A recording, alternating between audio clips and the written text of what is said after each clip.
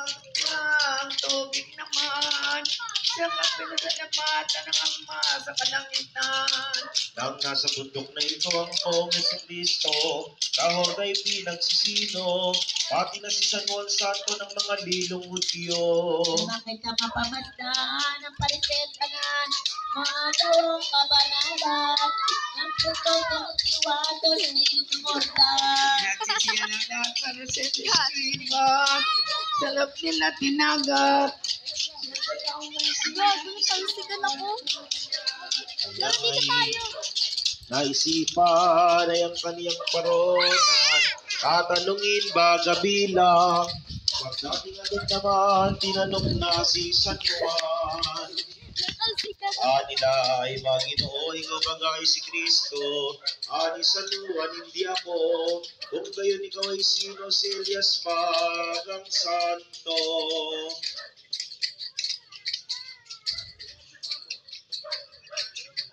Ani San Juan, mapalad ako hindi si Elias, hindi propeta at pantas. Boses akong nagtatawag niyong mahal na Mesiyas. Kailangan ang nililis ng daan, ang kaniyang lalakaran. Kaya nga ang katampatan kay mag-iba ng asal. Nang matanto at mabatid ng mga embahadores, ano na silang umalis. Gawa ni San Juan mabait, binyagan balang lumapit. Andun.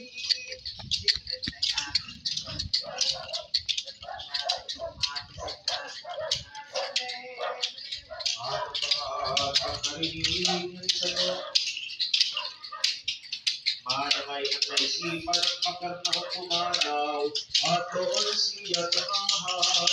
Magalang ay biglaan ng mga kasalanan.